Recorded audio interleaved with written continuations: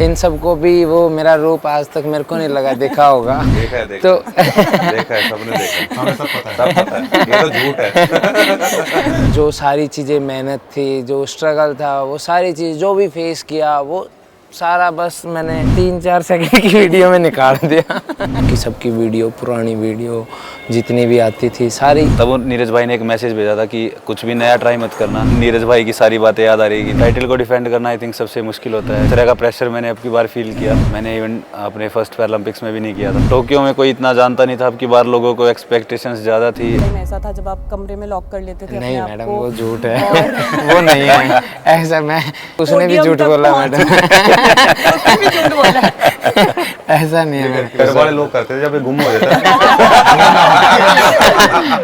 उस मेडल के आने की वजह से सब कुछ चीजें चेंज हुई। तो आपस में वो 10-15 मिनट बात करते रहे, फिर बाद में उन्होंने मना कर दिया कि हम कुछ नहीं कर सकते। तुम एक हफ्ते का ही रेस्ट डिजर्व करती हो, ब्रॉन्ज मेडल पे इतना ही मिलता है। कोच ने पहले 2 महीने बोला, फिर 1 महीने बोला, फिर 15 दिन बोला। जानता भी नहीं था मैम तब तो, बट काफ़ी प्राउड फील हुआ था कि हमारे पानीपत का है। सिल्वर था, उस वजह से थोड़ा सा मतलब मज़ा नहीं आया था इतना। पैरालंपिक स्क्रिप्टेड नहीं होता तो इसलिए पहले तो नहीं बताया गया था। नहीं अब अभी तो मजाक लग रहा है, अभी हंसी लग रही है। उस टाइम पर तो गुस्सा आ रहा। कमेंट किए जाते थे, काफ़ी कमेंट पास होते थे, सामने से देख लेते थे, पीछे से एकदम से साउंड आता था। बाहर जाते हैं सोसाइटी वगैरह में तो डिसेबिलिटी को लेकर काफ़ी मजाक बनाया रहता था। Sumit, let's start with you. Back to back gold medals, अपना टाइटल डिफेंड करना कभी भी इजी नहीं होता। नर्व्स होते हैं, प्रेशर होता है। How was Paris for you? पहले तो सबसे खुशी है मैम कि पेरिस में टाइटल को डिफेंड किया। बिल्कुल मैम, टाइटल को डिफेंड करना आई थिंक सबसे मुश्किल होता है, क्योंकि जिस तरह का प्रेशर मैंने अब की बार फील किया, मैंने इवन अपने फर्स्ट पैरालंपिक्स में भी नहीं किया था। काफ़ी प्रेशर था और बट तैयारी काफ़ी अच्छी की थी। ग्राउंड पे काफ़ी अच्छी ट्रेनिंग करके गए थे हम, तो थोड़ा बहुत कॉन्फिडेंट भी थे कि हाँ सब अच्छा जाएगा। और क्या डिफरेंस लगा आपको प्रेशर में? आप खुद कह रहे हो कि टोक्यो से ज़्यादा प्रेशर आपको फील हुआ, तो कहीं जो क्राउड्स नहीं थे टोक्यो में, यहाँ पे क्राउड्स थे, मतलब क्या डिफरेंस लगा आपको? नहीं मैम, क्राउड का तो इतना नहीं लगा मेरे को, बट टोक्यो में कोई इतना जानता नहीं था। अब की बार लोगों को एक्सपेक्टेशंस ज़्यादा थी और back to back world records किए थे अपने पास टूर्नामेंट्स में, तो उससे लोगों को लग रहा था कि हाँ गोल्ड पक्का लेके आएंगे। तो उसका आई थिंक थोड़ा बहुत प्रेशर था मेरे ऊपर अब की बार, बट काफ़ी अच्छा रहा सब कुछ। From one gold medalist to another, Navdeep Singh, gold medal in javelin throw. Firstly आपको बहुत बहुत मुबारकबाद। सिल्वर था आपका, वो अपग्रेड हुआ, गोल्ड हुआ। क्या चल रहा था उस वक्त दिमाग में? मतलब आपको पहले बताया गया था कि ऐसा होने वाला है, या जब आप पहुंचे तब बताया गया? मतलब कैसे हुआ? मैडम, पैरालंपिक स्क्रिप्टेड नहीं होता तो इसलिए पहले तो नहीं बताया गया था। और वैसे मेहनत करके गया था मैडम, ट्रेनिंग अच्छी थी और सब चीज़ें अच्छा हुआ था। बट मैं थोड़ा सा ज़्यादा खुश था क्योंकि मैंने पर्सनल बेस्ट किया था मैडम, और अच्छे खासे मार्जिन के साथ पर्सनल बेस्ट किया था, तो काफ़ी खुश था। सिल्वर था, उस वजह से थोड़ा सा मतलब मज़ा नहीं आया था इतना। वो भी लास्ट थ्रो में थोड़ी ही हैप्पीनेस में दिखा नहीं पाया, तो इसलिए। और बल्कि मैंने गोल्ड विनिंग थ्रो भी किया था उधर, मतलब मैं 2 से 3 थ्रो तक फर्स्ट ही चल रहा था। पर उसके बाद गोल्ड में कन्वर्ट हुआ तो काफ़ी अच्छा लगा कि देश के लिए प्राउड मोमेंट बना। और लास्ट मेडल इंडिया का गोल्ड आया और गोल्ड के साथ ही एंड हुई, तो काफ़ी अच्छा लग रहा है मैडम। अच्छा, जब आपने थ्रो किया उसके बाद आप एकदम आए, आप गुस्से में थे, कहीं ऐसे लग रहा था आपको विश्वास नहीं हो रहा था कि आपने 47.32 मीटर फेंका है? मतलब क्या चल रहा था उस वक्त दिमाग में? क्योंकि वो पूरा पोर्शन ऐसा वायरल हुआ नवदीप सिंह के बारे में कि मतलब सब उसी के बारे में बात करते। मैं यहाँ भी देख रही हूँ सबके चेहरों पर हंसी आ चुकी है, तो मतलब क्या हुआ था? आपको नहीं लग रहा था? मैडम, वो ऐसा हुआ था, इन सबको भी वो मेरा रूप आज तक मेरे को नहीं लगा देखा होगा। देखा है तो देखा है, सबने देखा, हमें सब पता है, ये तो झूठ है। चलो मैडम, इनको पता था, इनको पता है। इनको पता था। हाँ। तो बाकी सबको नहीं पता था। अब सबको भी पता चल गया। अब सबको पता लग गया। तो वो थोड़ा सा ये था कि मतलब जो भी पीछे मतलब रहा, जो सारी चीज़ें मेहनत थी, जो स्ट्रगल था, वो सारी चीज़ जो भी फेस किया, वो सारा बस मैंने 3-4 सेकंड की वीडियो में निकाल दिया। But and result gold medal था, तो आई थिंक आप खुश हो, पूरा देश खुश है आपके लिए। Yogesh, double Olympic silver medalist, but I know आपको इससे खुशी नहीं है क्योंकि आप अपने आप से नाराज़ थे, क्योंकि हमने जाने से पहले भी आपसे बात की थी, आप कह रहे थे कि मैं इस बार गोल्ड मेडल ही लेकर आऊँगा, तो कहीं ना कहीं वो डिसअपॉइंटमेंट अभी भी है कहीं? नहीं, मेरी जब भी आपसे बात हुई थी तो मेडल की तो आपसे पर्सनल में बोला था मैंने, लेकिन एज एन इंटरव्यू में मैंने ये बोला था कि मैं अपना बेस्ट करूँगा। और नाराज़ तो देखो ठीक है, चल रहा है काफ़ी टाइम से सिल्वर बैक टू बैक, तो भगवान की मर्ज़ी है और दिन चलता है उस दिन। और जो खिलाड़ी की लाइफ है ना वो स्टॉक मार्केट है, कभी ऊपर है तो कभी नीचे है। तो अब इस बार बुलिश होना पड़ेगा बहुत ज़्यादा, और ज़्यादा मेहनत करनी पड़ेगी, और जितना ज़्यादा मेहनत करके एक तरफा चीज़ करनी पड़ेगी, तो उसके लिए और मेहनत करूँगा आगे। और मेहनत करेंगे। निशाद, आपसे जानना चाहूँगी, आप भी एकदम योगेश की तरह double Olympic Paralympic silver medalist हैं, क्या कहेंगे अपनी जर्नी के बारे में? आपके जो स्ट्रगल्स रहे हैं, आई एम श्योर टोक्यो के बाद आपकी लाइफ में चेंजेस आए होंगे फॉर द बेटर, पेरिस के लिए भी कैसे अपना सिल्वर मेडल एनालाइज कर रहे हैं? नहीं, एनालाइज नहीं किया था सिल्वर हमने। और दुख पता कब होता है, जब हम इतना हार्ड वर्क करते हैं और हमने कुछ और सोचा होता है और कुछ और हो जाता है, तो उस चीज़ का वो दुख लगता है। और वो चीज़ हमने नहीं सोची होती भी ये चीज़ होने वाली है हमारे साथ। जब हम ट्रेनिंग में अपना बेस्ट देते तो वहाँ से कॉन्फिडेंस एक बिल्ड होता है कि हम इसके दावेदार हैं, या हम ये इससे बेटर हम ट्रेनिंग में कंपटीशन में करेंगे। क्योंकि ट्रेनिंग में तो हम अकेले ट्रेनिंग करते हैं, कोच के साथ करते हैं, तो उधर कोई क्राउड नहीं होता है, कोई ऐसा वो मोटिवेशन नहीं होता कि हमें वो सपोर्ट मिले कि हम बेस्ट करें ट्रेनिंग में। तो ट्रेनिंग में तो हम अकेले ही बेस्ट करना पड़ता है और हर टाइम बेस्ट करते हैं। और वही हम कंपटीशन में हम एनालाइज करते हैं कि इससे यदि हम यही चीज़ फॉलो करेंगे और हमें वो वहाँ पर क्राउड सपोर्ट मिलेगा और बहुत सारा सपोर्ट मिलेगा, तो हम वहाँ पर अपना बेस्ट परफॉर्मेंस करेंगे और पर्सनल बेस्ट करेंगे, या फिर कुछ और ऐसा अचीव करेंगे जो मतलब हमने ट्रेनिंग में नहीं किया है। तो उसका दुख होता है कि हम दिन में 5-6 घंटे ट्रेनिंग करते हैं इस चीज़ के लिए, तो वो कुछ पल होते हैं जहाँ पर हमें परफॉर्म करना होता है, वो उस दिन नहीं वो चीज़ निकल पाती जो हम चाहते हैं।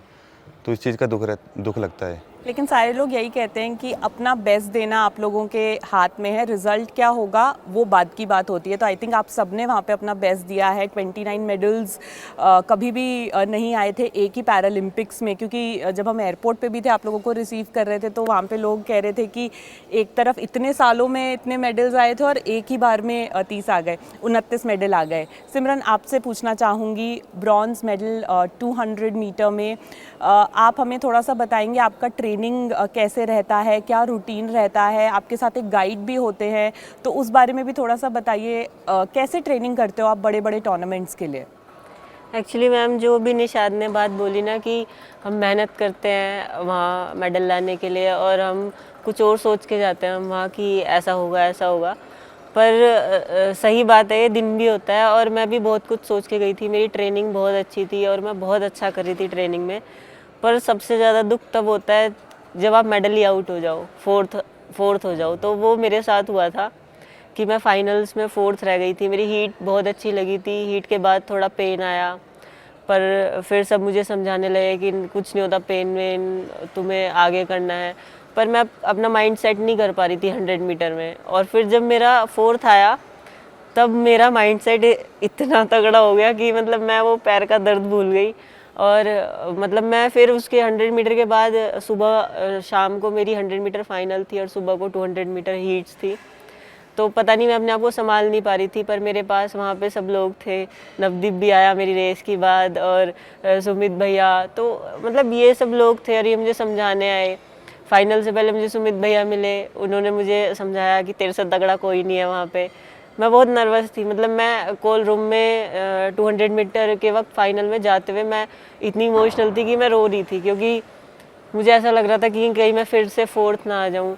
पर एक माइंडसेट भी था कि हाँ, जब समझाते हैं इतने सीनियर हमसे तो माइंडसेट हो जाता है कि हाँ मेरे से तगड़ा कोई नहीं है, मुझे करना है। तो बस मेरे दिमाग में ये चल रहा था और मैं ग्राउंड में अपने आप को अकेला महसूस कर रही थी कि मैं बिल्कुल अकेली हूँ और आज मुझे अपनी लाइफ की सबसे बेस्ट रेस भागनी है।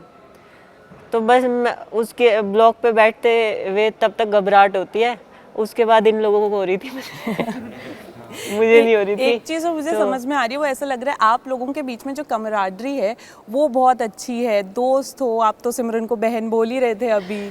जब मैं इसका इवेंट देख रहा था, मैं साथ में ही खड़ा था, मैं देख रहा था, अरे ये मेरे सामने से दौड़ के गई थी क्योंकि उस टाइम पे मेरा भी इवेंट चल रहा था, और जिस हिसाब से ये टाइट होकर दौड़ रही थी, मेरे को लग रहा था यार ये इस बार भी ऐसा ही ना कर दे क्योंकि बहुत नुकसान हो जाएगा, क्योंकि हम एक्सपेक्टेशंस कर रहे थे इससे हम इससे एक्सपेक्टेशन कर रहे थे, और बेचारी बहुत मतलब बहुत डाउन हो गई थी, पता नहीं क्या क्या, मतलब बहकी बहकी बातें कर रही थी बहुत बहकी बातें कर रही थी 100 मीटर के बाद, बट फिर भी जितना मैं हो सका मैं इसके पास गया, इसको समझाया कि कुछ नहीं होता, तू एक बार में रो रही है, मैं 3 बार रोया था, तो बाकी सब तो इसको। देश की उम्मीदें एक तरफ, आप नवदीप के उम्मीदों पे भी खरे उतरे हो ब्रॉन्ज मेडल के मैम साथ। खाली नवदीप नहीं था, बहुत सब लोग थे, मेरे कोच मतलब मेरे हस्बैंड सुमित भैया के कोच, सब मतलब इनडायरेक्टली सब मुझे वहाँ मोटिवेट ही कर रहे थे। और मतलब मैं ये बोलती हूँ कि मेरा 200 मीटर में जो मेडल आया ना, वो सब टीम वर्क से आया है, और जो इन लोगों ने मुझे मिलके समझाया है, जो ब्लेसिंग्स थी सबकी मेरे साथ, क्योंकि मेहनत तो मेरी 100 मीटर में ख़त्म हो गई थी मैं जो इंडिया से करके गई थी मतलब सच में मैं वहाँ पता नहीं, मैं रो ही रही थी बस, ऐसा सब चल रहा था। बोलते हैं लड़कियाँ ज़्यादा रोती हैं, तो सब मुझे देख के यही बोल रहे थे, रो क्यों रही है, क्या हो गया। लड़कियां मेडल भी हाँ, ज्यादा लाती हैं। मैं मानती हूँ, रोते लड़के भी, और सामने नहीं रोते वो पीछे नहीं से होता रोते हैं। कंट्रोल, मुझे लगता है कि हाँ लड़कियां रोती हैं, और अच्छी चीज़ है, रोना चाहिए, निकालना चाहिए बाहर, नहीं निकलता तो शायद 200 मीटर बेकार हो जाती है। और मैं 200 मीटर अपनी लाइफ बेस्ट रेस भागी हो 24.7 की, और मतलब बहुत अच्छा लगा, सबसे अच्छा लगा कि मैं अपनी इतनी अच्छी रेस भागी जिसकी मुझे खुद उम्मीद नहीं थी। मैं टाइम देख के बाद में खुद हैरान थी कि वाह बहुत अच्छी रेस लगी है। और फाइनल में जितनी लड़कियां थी, चार ही होती है हमारे T12 में, तो हम चारों बहुत अच्छी भागी। और गाइड का रोल बहुत बड़ा रहता है, वो स्टार्ट पहले ना ले ले, उसने स्टार्ट ले लिया तो डिस्क्वालीफाई हो जाएंगे, उसने पुश किया तो डिस्क्वालीफाई हो जाएंगे, उसने फिनिशिंग में पहले फिनिश कर दिया तो डिस्क्वालीफाई हो जाएंगे। तो उसको भी मैं समझा के चल रही थी कि कोई नहीं, तू माइंड फ्री होके भाग, तू अपनी रेस भाग। वो भी मुझे समझा रहा था कि नहीं दीदी हम अच्छा करेंगे, छोटा है काफ़ी, 18 साल का हुआ है अभी। तो मतलब 50-50 रोल होता है उसका, काफ़ी बड़ा रोल है। अगर वो कुछ गलती करेगा तो उसका भुगतान मुझे भी करना पड़ेगा, जैसे कि वर्ल्ड चैम्पियनशिप में हुआ था, डिस्क्वालीफाई कर दिया था हमें, उसमें भी गोल्ड चल रहा था। और प्रेशर भी होता है, प्रेशर बहुत ज़्यादा होता है, क्योंकि वर्ल्ड चैम्पियनशिप में गोल्ड मेडल था, सबको बहुत उम्मीद थी, सब जो भी मिल रहा है वो यही बोल रहा है 2 गोल्ड 100 मीटर के बाद किसी ने नहीं बोला योगेश, नहीं, आपसे जानना चाहूंगी, बोलो आप क्या नहीं, बोल रहे मैं तो आया था जब मिस हुआ था वर्ल्ड चैंपियनशिप में हाँ मैं ही आया वही था टीम special। सपोर्ट रहे, कोई ना कोई साथ में रहता ही है, कोई ना कोई रहता और है। सब समझाते हैं। टोक्यो में भी ऐसा ही था, इंजरी थी तो सुमित भैया योगेश ही थे साथ में।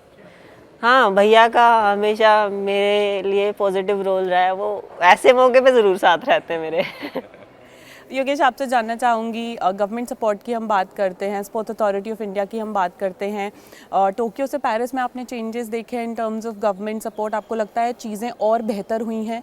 हाँ, देखा जाए तो चीज़ें बहुत ज़्यादा बेहतर हुई है। अभी ग्रास रूट लेवल एथलीट्स के लिए खेलो इंडिया स्कीम्स और NCOE पैरा स्पोर्ट्स की बहुत सारी बन चुकी है इंडिया में, और कुछ भी चीज़ हो, आपकी कोई भी डिमांड हो टॉप्स में, वो आपकी फुलफ़िल होती है, ऐसा मना नहीं करते। और उसके पहले तो आपको मतलब कोई भी चीज़ चाहिए तो उसके बारे में वो लोग रिसर्च करेंगे, फिर अप्रूवल करते हैं। तो मैं देख रहा हूँ टोक्यो के बाद जितने भी चाहे पैरा एथलीट्स हो, मतलब पैरा स्पोर्ट्स ही पूरा, उसमें कोई जो भी डिमांड्स होती हैं उनकी, तो उनकी वो फुलफ़िल कर देते हैं। चाहे आपको फॉरेन एक्सपोजर चाहिए, आपको फिजियोथेरेपिस्ट चाहिए, साथ में स्ट्रेंथ एंड कंडीशनिंग कोच, तो ये चीज़ की सपोर्ट अब देख रहे हैं, तो पूरा एक बिल्ट हो रहा है, टीम बिल्ट हो रही है मतलब एक एथलीट के पीछे, तो वो देख के बहुत ज़्यादा खुशी होती है। और जो खेलो इंडिया पैरा गेम्स अभी एबल बॉडीड के नहीं हुए हैं, सिर्फ पैरा के स्टार्ट कर रहे हैं, और उसमें से भी बच्चे छाटे हैं खेलो इंडिया स्कीम्स के लिए, उनको 5 लाख रुपीज़ तक का सपोर्ट मिलता है पूरे साल का। तो वो चीज़ भी अच्छी है कि ग्रास रूट लेवल के जो एथलीट्स होंगे वो ज़्यादा आगे जाके अच्छा कर पाएंगे, तो गवर्नमेंट सपोर्ट पूरा अच्छा मिल रहा है। सुमित, आपसे जानना चाहूँगी, पैरालंपिक्स जाने से पहले आपको आई थिंक एक बहुत स्पेशल पर्सन का मैसेज भी आया था, नीरज चोपड़ा, इंडिया के ओलंपिक गोल्ड मेडलिस्ट। हमें बताइए, 2 गोल्ड मेडलिस्ट जैवलिन के आपस में क्या बात करते हैं? दो जेवलिन के गोल्ड मेडलिस्ट आपस में जेवलिन की बात करते हैं मैम। आज सुबह भी बात हुई थी, रेगुलर 15-20 दिन में होती रहती है। और हाँ, नीरज भाई से मेरी डायरेक्ट बात नहीं हुई थी, मेरे दिनेश हैं, ARM है मेरे, तो वो पेरिस में थे उस टाइम पे, तो उनको नीरज भाई से मिलना था, तो मैंने मिलवाया था। तो तब नीरज भाई ने एक मैसेज भेजा था कि कुछ भी नया ट्राई मत करना, क्योंकि जिस तरह से नीरज भाई ने बताया कि ट्रैक कंडीशंस कैसी है वहाँ पे, वेदर कंडीशंस कैसी है, तो मेरे को लग रहा है कहीं ना कहीं जिस चीज़ में उन्हें महसूस हुआ कि जो स्ट्रगल उन्होंने अपने कंपटीशन में फेस किया, तो वो चाहते थे कहीं ना कहीं मैं उस चीज़ को फेस ना करूं। और एक लंबा सा मैसेज भेजा कि ये करना है, ये नहीं करना है। तो काफ़ी फ़ायदा मिला उस चीज़ का भी मुझे ट्रेनिंग में और प्रिपरेशन में पैरालंपिक्स की। और स्पेशली वहाँ जब मैं कम्पीट कर रहा था उस टाइम पे, तो मेरे को वो हर एक, जैसे मैं कम्पीट कर रहा था, जो फिर दिक्कतें मेरे को हो रही थी, मैं सेम नीरज भाई की सारी बातें याद आ रही थी। हाँ, ट्रैक मतलब इतना स्ट्रॉन्ग नहीं है, थोड़ा सॉफ्ट ट्रैक है, स्पीडी ट्रैक है, तो होती रहती हैं बस, बट स्पोर्ट्स रिलेटेड ही बात होती है मैम। नवदीप, आपका भी एक पानीपत कनेक्ट है नीरज चोपड़ा के साथ, आपके लिए भी इंस्पिरेशन रहे हैं नीरज चोपड़ा? जी मैम, बिल्कुल, क्योंकि जब अंडर 20 का भाई साहब ने रिकॉर्ड किया था, तो तब काफ़ी प्रेरित हुआ था, काफ़ी अच्छा और प्राउड फील हुआ था। जानता भी नहीं था मैम तब तो, बट काफ़ी प्राउड फील हुआ था कि हमारे पानीपत का है। तो उसके बाद से एक अलग अट्रैक्शन हो गया था जेवलिन की तरफ। फिर मैं देखने लग गया था बाकी सबकी वीडियो, पुरानी वीडियो जितनी भी आती थी सारी, मतलब फिर वो हुआ। फिर धीरे धीरे डेस्टिनी उधर ही ले गई कि खुद ही करना शुरू कर दिया। नवदीप, आपके स्ट्रगल्स के बारे में आप हमें बताओ। मैंने आपके बारे में पढ़ा, मुझे बताया जा रहा था एक टाइम ऐसा था जब आप कमरे में लॉक कर लेते थे अपने नहीं आप मैडम, को। वो झूठ है। वो नहीं है ऐसा। मैं आपके बड़े भाई ने खुद बोला कि आप एक टाइम पे अपने आप को कमरे में लॉक कर लेते थे ऐसे, और फिर उसने भी podium झूठ तक बोला पहुंचे। मैडम। उसने भी झूठ बोला। ऐसा नहीं है बट स्ट्रगल के बारे में बताओ थोड़ा। मैडम। देखो, पहले स्ट्रगल हम क्लैरिफाई कर देते हैं, ऐसा कुछ भी नहीं है। वो कमरे में बिल्कुल अपने आप को लॉक नहीं करते थे। नहीं। वो कभी कभी कर लेता, जहाँ ये आया है, कभी कभी कर लेता था, इसको डर लगता था ना। नवदीप डिसाइड कर लो सच क्या है झूठ क्या है। नहीं मैडम, ऐसा कभी नहीं हुआ। घर वाले लोग करते थे जब ये गुम हो जाता घर वाले लोग कर देते थे, मेरा क्यों इतना बाहर नहीं रहते। नहीं मैडम, ऐसा नहीं था, मैं कभी भी ऐसे नहीं रहा। पर हाँ, ये था जब भी मतलब बाहर जाते हैं सोसाइटी वगैरह में, तो डिसेबिलिटी को लेकर काफ़ी मजाक बनाया जाता था कि ऐसा है, कमेंट किए जाते थे, काफ़ी कमेंट पास होते थे। सामने से देख लेते थे, पीछे से एकदम से साउंड आता था, मैं पीछे मुड़ के देखा भाग रहा है बोल के। तो ऐसी चीज़ें होती थी। उन सब चीज़ों से फिर धीरे धीरे ज़्यादा फ़र्क नहीं डाला अपने ऊपर, कि फिर वही है कि अपनी मस्ती में रह के फिर मैं सब कर रहा, इसलिए इतना फ़नी हूँ। क्योंकि इससे मुझे एक बात याद आ गई। बुरा नहीं मानता मैं इन सब की बातों का। मैम, इससे इन मुझे सब एक की बात बातों याद आ का। गई। हाँ सिमरन। एक दिन ऐसी डिसेबिलिटी के बारे में बात चल रही थी, तो नवदीप बता रहा था ऐसे ऐसे मुझे ऐसे बोलते हैं कि देख देख किसी का लड़का 5-6 साल का हो रहा तो मेरे बराबर में हाँ, खड़े कई करके कई बार मतलब ऐसा होता था कि जैसे मैं 12-15 साल का हो गया था, पर हाइट इतनी नहीं होती थी। उनका 6-7 का हो गया, तो कंपेयर करके हाँ तेरे से तो बड़ा होगा। पता नहीं क्या कंपेयर कर रहे थे, तुम्हारा ठीक है या मैं गलत हूँ। तो ये सब चीजें होती थी। आई थिंक हम सब अभी इसको हंस रहे हैं, हम लाइटली ले रहे नहीं, हैं, but ma'am. I think it's commendable Navdeep की आप में वो क्षमता है कि आप अपने ऊपर जोक्स ले पाते हो और अपनी डिसेबिलिटी को आप ऐसे एक सुपर पावर की तरह देखते हो, और आप ऐसे हंस रहे हो। It's very very good to see, and आप बाकी सबको भी यहाँ पर हंसा मैम, रहे हैं, हम सब इंक्लूडिंग नहीं मैम, पता क्या है एक इसमें, दूसरे की ऐसे ये ही सब लोग मजाक क्या है ना, उड़ाते हम सारे एक ही कैटेगरी में आते हैं। ठीक है, तो सब एक दूसरे का मजाक चलता ही रहता है, और लोगों का ना इतना वो सुन सुन के ना अब इसको मजाक में ही लेने लग गए। और मैं ये वही बात बोल है, रही हूँ that that's very commendable Navdeep, that you laugh it off, you don't take it seriously, and you have a gold medal today. I think that's the best answer to whoever ever questioned you. नहीं, अब अभी तो मजाक लग रहा है, अभी हंसी लग रही है। उस टाइम पे तो गुस्सा आ रहा होता, हाँ तुम्हारा ठीक है, ले जाओ अपने को। तुम्हारा बेस्ट तो ठीक है, ग्रह खुआओ पियाओ इसने मेरे साथ क्यों खड़ा करा। तो उस टाइम पे तो गुस्सा आता है, पर अभी ठीक है मैडम। निशाद, आपसे जानना चाहूँगी कैसे आपका बदला है life after Tokyo, after Paris. जब आप अच्छा करते हैं तो बहुत सारे लाइफ के एस्पेक्ट्स में स्टेबिलिटी आती है, चाहे वो फाइनेंशियल हो, चाहे वो एक मेंटल स्टेबिलिटी हो कि हाँ मैं एम था मेडल जीतना, वो हो गया। तो लाइफ टोक्यो के बाद चेंज हुई होगी, पेरिस के बाद और चेंज होगी? जी बिल्कुल। पहले मतलब फाइनेंशियली सपोर्ट इतना मतलब तगड़ा नहीं था, तो उसी के मतलब सोचती लाले पड़े होते पैसे के, मतलब कहाँ से आएंगे पैसे इतनी ट्रेनिंग के। तो मैंने पंचकुला में आया था मैं ट्रेनिंग लेने के लिए, तो उस टाइम मेरे को पता नहीं था कि क्या क्या सामान लेकर आना है ट्रेनिंग के लिए। और मैंने सब अपने स्पोर्ट्स के कपड़े डाल लिए और 2 सूट अपने आने जाने के लिए डाल ली भी। इसके जब मुझे घर जाना हो तो ये पहन कर आ गए, वहाँ से फिर ये लेकर आ गए।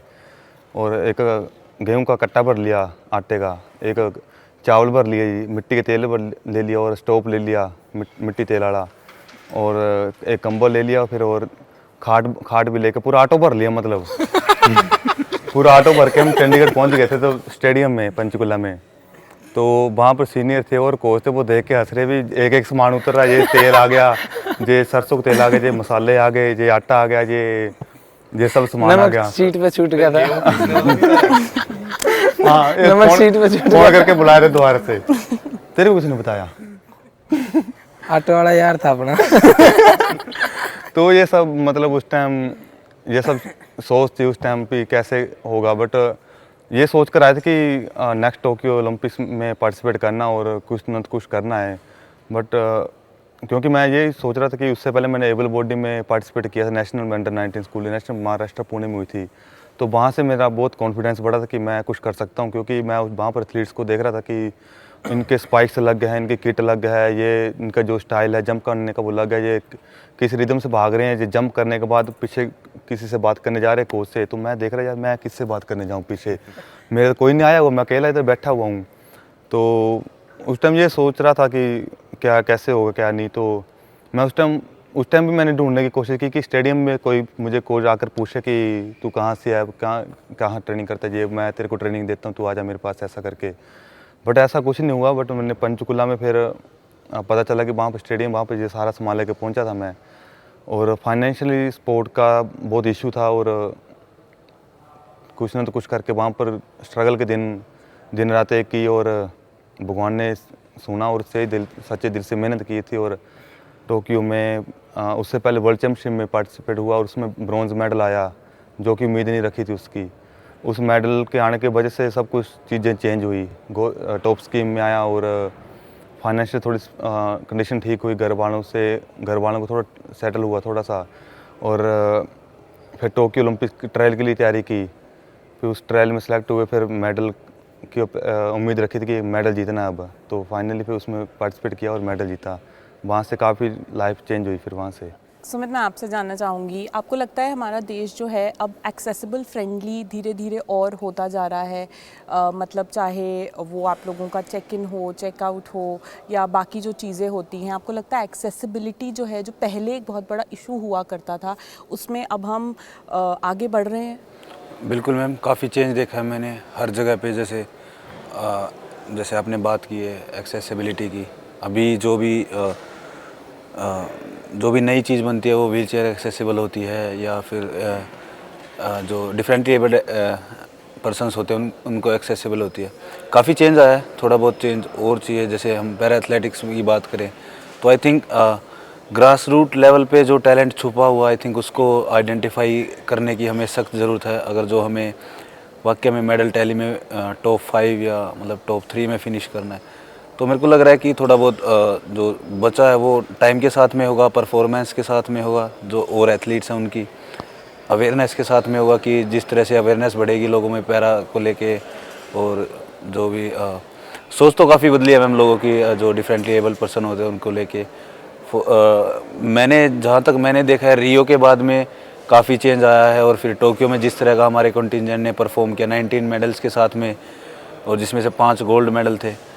तो आई थिंक आज हम 29 मेडल्स पे हैं, तो टोक्यो का बहुत बड़ा हाथ है उसमें, क्योंकि यंग जो एथलीट्स देख रहे हैं हम, जो न्यू टैलेंट निकल के सामने आ रहा है अवेयरनेस से, तो आई थिंक मिलेगा मैम, बट टाइम लगेगा उस चीज़ में। हमारा इंटरव्यू का भी एंड पहुंच रहा है, तो जाने से पहले आप सबसे सवाल पूछना चाहूँगी। हमने बहुत बात कर ली, सीरियस बात भी कर ली, हंसी मजाक भी कर लिया। मुझे जानना है कि आप लोगों के सेलिब्रेशंस के क्या प्लान है। नवदीप, आपसे स्टार्ट करते हैं। गोल्ड मेडल आया है, पानीपत वाले ऐसे तो मानेंगे नहीं, तो क्या प्लान रहेगा आपका? मैडम गांव जाएंगे, क्योंकि पानीपत का भी नाम रोशन हुआ, गांव का भी हुआ है। गांव जाएंगे, गांव वालों से मिलेंगे, अच्छा सेलिब्रेशन करेंगे मिलके। तो काफ़ी बड़ा वेलकम उन्होंने भी प्लान किया हुआ होगा आपके बिल्कुल लिए। मैडम, बिल्कुल। योगेश? मेरा भी मैम सेम ही है। अभी वैसे हरियाणा में इलेक्शन चल रहा था, इस वजह से अभी थोड़ा परमिशन का इशू चल रहा है, तो अभी वो लोग कर रहे हैं, तो ग्रैंड वेलकम करने की तैयारी कर रहे हैं वो लोग। तो खुशी है मैम बहुत ज़्यादा उस चीज़। खुशी तो होनी चाहिए, सिल्वर मेडलिस्ट हो आप पेरिस पैरालंपिक्स के। सिल्वर बार बार बोल के ना वो दिल टूट जाता है। अगली बार गोल्ड आ जाएगा। सिमरन, आप बताओ, जब आप ट्रेनिंग कर रहे होते हो तो बहुत स्ट्रिक्ट एक रिजीम फॉलो करनी पड़ती है, कब खाना है, कब सोना है, कब पीना है। अब जो है थोड़ा ब्रेक लोगे, क्या करना चाहते हो सबसे पहले? मैम वैसे तो मेरे कोच ने 2 महीने का रेस्ट बोला था, फिर आज एक और डायलॉग मारा उन्होंने खड़े होके एक हफ्ते का दिया। कि तुम 1 हफ्ते का ही रेस्ट डिजर्व करती हो, ब्रॉन्ज मेडल पे इतना ही मिलता है। तो 1 हफ्ते के रेस्ट में कुछ स्पेशल प्लान किया हुआ है कि ये सब चीज़ें मुझे करनी है क्योंकि 1 ही हफ्ते का रेस्ट है? एक्चुअली मैम मैं थोड़े पूजा वूजा करने वाली ज़्यादा हूँ, तो मैं वैष्णो देवी जाऊँगी और तिरुपति जाऊँगी और जागरण भी करवाऊँगी घर में, तो ये सब प्लान है। बाकी वो वेलकम सरप्राइज़ है, मुझे बताया नहीं अभी किसी ने, क्योंकि ससुराल में अलग चल रहा है, मायके में अलग चल रहा है, और मतलब लगता है अच्छा करेंगे और दोनों घर पास पास में, तो शायद मिल के ही कर रहे हैं सारी चीज़ें। बाकी मेरा तो मैम यही प्लान है। और कोच ने पहले 2 महीने बोला, फिर 1 महीने बोला, फिर 15 दिन बोला, और सबसे बड़ी बात पति भी है, तो कोच को तो छोड़ भी दो, पति हुआ है दोस्त चेंज कर लेगी। वही प्रॉब्लम हो रही है। दूसरी प्रॉब्लम है कि वो आर्मी में है, तो वो बैठता भी नहीं है शांत, वो निचला नहीं टिकता। वो हमारे कोच इस चीज़ में बड़े फेमस हैं, खुद वर्कआउट करने में, वो खिलाड़ी से ज़्यादा खुद वर्कआउट करते हैं। तो पता नहीं, मेरे साथ तो अलग ही सिस्टम है। निशांत, आप कुछ कहना चाहेंगे? भारत के लोगों ने काफ़ी सपोर्ट किया है, इंडिया से भी सपोर्ट आप लोगों को मिला है। आपका मैंने एक आई थिंक वीडियो देखा था जब पैरालंपिक्स ख़त्म हो गए थे एंड आप पूरा डांस कर रहे थे वहाँ पेरिस में, तो उतने ही खुश थे आपकी सक्सेसफुल पैरालंपिक्स आपके लिए भी रहा है और पूरे कंटिजेंट के लिए भी रहा है। जी बिल्कुल, वो डांस एक्चुअली वो स्टेडियम में निकलना था, वो विलेज में निकल गया। हाँ जी। मैं और अजीत भाई बस के लिए गए थे। खाना खुना खाने के बाद आराम से, बहुत बस लंबी लाइन लगी हुई है बसें की, सभी उधर ही जाएंगी बसें ये, तो हमें नहीं पता था कि लिमिट की बसें जाएंगी, बाकी इधर ही रुकेंगी। तो हम खाना खुना खा के गए उनके सिक्योरिटी के पास कि हम वहाँ जा रहे हैं क्लोजिंग सेरेमनी, तो बोले बस नहीं है अभी, ख़त्म हो गया। तो हमने बोला कुछ अरेंजमेंट कीजिए आप। तो आपस में वो 10-15 मिनट बात करते रहे, फिर बाद में उन्होंने मना कर दिया कि हम कुछ नहीं कर सकते, तो उतनी देर में पीछे बैंड बाजे वाले आ गए उनके। तो हम वापस रूम की तरफ लगे जाने, तो मैंने देखा कि हाँ भाई बाजा लगा, मैंने इधर ही निकालते, मैं फ़ोन पकड़ा दिया भाई के बाद, वहीं से नाचना स्टार्ट कर दिया, वहाँ पहुँच गए नाचते नाचते। तो मुझे नहीं पता था वो इतना वायरल हो जाएगा। यार कोई इसकी डांस की बात कर रहा है, वो कैसे निकला, कैसे स्टेप थे, वो मैंने पहली बार किया है ऐसा, कभी डांस भी नहीं किया ऐसा मैंने। और डांस खुशी झलक रही थी। हाँ, वो मैंने मतलब जीत भाई को बोला, मैं आप भी नाचो, कहते नहीं नहीं तू नाच जाके, ऐसा करके बोलो। उन्होंने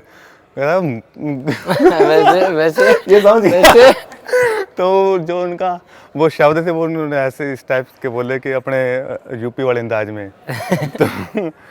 तो मैं अकेले नाचने लगा वहाँ पर। फिर मेरे को देख कर एक और लड़का ब्राज़ील वाला आया, फिर एक ऑफिशियल नाची वहाँ पर, तो वो खुशी थी। मैं अब नहीं, मतलब कितना दुख मनाएंगे यार, अभी हो गया जो होना था, अभी नाचो खुल के, अब खुश हो जो, कुछ नहीं है। लास्ट दिन है पैरालंपिक्स डे का इधर, और कल तो चले जाना है, यादें रह जाएंगी। तो यदि हम आज वहाँ पर जाना चाहे तो हमें वो क्रेडिटेशन कार्ड पर एंट्री नहीं करेंगे, तो वो ही बोलेंगे नहीं चलो। सुमित, लास्ट वर्ड्स, आपसे मेरी बात हुई थी, आप कह रहे थे कि सेलिब्रेशंस तो होते रहेंगे लेकिन नए गोल्स भी सेट करना इंपॉर्टेंट है, तो आप you are already looking forward to setting new goals for you coming back to training? अभी मैम थोड़ा रेस्ट लेंगे क्योंकि काफ़ी लंबे समय से हम ट्रेनिंग पे हैं। आई थिंक 3 साल में बहुत कम होगा कि मैंने रेस्ट लिया है। और क्योंकि टोक्यो के बाद में लोगों की उम्मीदें काफ़ी बढ़ गई थी। उसके बाद फिर 22 में जब दोबारा से वर्ल्ड रिकॉर्ड ब्रेक किया, उसके बाद मैं बहुत सीरियस हो गया था क्योंकि मैं काफ़ी अच्छा करने की ट्राई कर रहा था। बट जैसे नीरज भाई का 90 मीटर मार का मेरे लिए वो 70 दिख रहा था कि पार ही नहीं हो रहा मैं। तो सबसे पहले मेरे को ये था कि ये 7 वाला जो आंकड़ा ये क्लियर करना है। तो ट्रेनिंग में बिल्कुल स्ट्रिक्ट हो गया था मैम मैं। उसके बाद में फिर वर्ल्ड चैम्पियनशिप आ गई। वर्ल्ड चैम्पियनशिप में 70 मीटर ब्रेक हुआ। उसके बाद में एशियन गेम्स आ गए तो मौका ही नहीं मिला रेस्ट करने का फैमिली के साथ में। हालांकि सेलिब्रेशन चल ही रहे हैं, जिस दिन से मेडल आया उसी दिन से चल रहे हैं। एयरपोर्ट पे इतने लोग आए, सब ने मान सम्मान दिया, प्यार दिया, काफ़ी अच्छा लगा देख के। गांव में भी जैसे हरियाणा में एक ट्रेडिशन होता है मैम कि जब भी कोई खिलाड़ी मेडल लेके आता है तो पूरा गांव, पूरा डिस्ट्रिक्ट इकट्ठा होके और सेलिब्रेट करता है उस चीज़ को। तो काफ़ी अच्छा सेलिब्रेशन है शेड्यूल मैम। और उसके बाद मैं ट्राई करूँगा कि पिछले कुछ सालों में फैमिली को बहुत कम टाइम दिया, तो कोशिश करूँगा कि 10-15 दिन फैमिली के साथ में टाइम स्पेंड करूँ। बट गोल्स ऑलरेडी हमने लिख लिए हैं कि हाँ, हमें किस किस टूर्नामेंट में भाग लेना है और किस टाइम पे कितना बॉडी को पीक पे लेके आना है। कोशिश करेंगे कि वर्ल्ड चैम्पियनशिप जो इंडिया में ही है शायद नेक्स्ट ईयर, तो उसमें मेन टारगेट वही लेके चल रहे हैं मम्मी, क्योंकि एलए तो बहुत दूर है, तो इतनी दूर की मेरी टीम सोचती नहीं है। तो वर्ल्ड चैम्पियनशिप का हमने नया टारगेट रखा है और कोशिश करेंगे कि जो रखा है उसको अचीव भी करें। बिल्कुल, हमसे बात करने के लिए आप लोगों का बहुत बहुत शुक्रिया। I hope our viewers had as much fun listening to this conversation, watching this conversation as much as we had it here. Thank you so much for being on Times Now. Stay tuned for more news and updates.